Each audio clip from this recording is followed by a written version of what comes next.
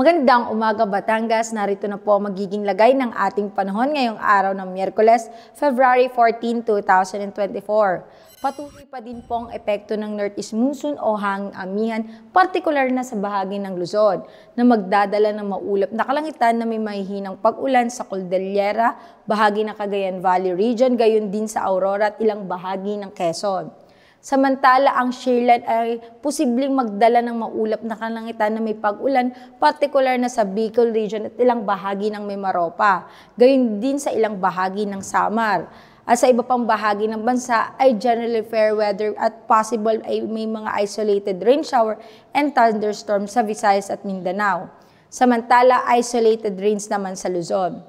Sa kasalukuyan ay wala po tayong inaasahan na bagyo na maaaring mabuo sa loob at labas ng Philippine Area of Responsibility.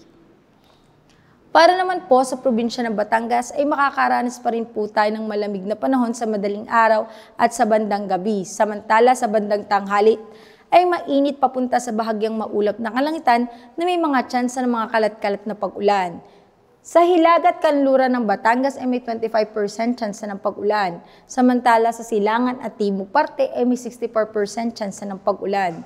Kaya paalala po natin sa ating magigiting na kabatang na magdala na pananggalang sa init at sa mga posibleng pag-ulan.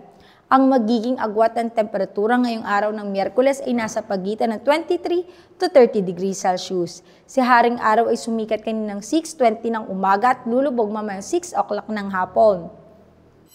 Kaya lagi po nating tatandaan, ligtas ang may alam. At tulad ng laging paalala sa atin ni Governor Mandanas, laging maging handa, ingat at magiting. Mula po dito sa Batangas Provincial Disaster Risk Reduction and Management Office, ako po si Raven Natasida, nag-uulat. Magandang umaga po.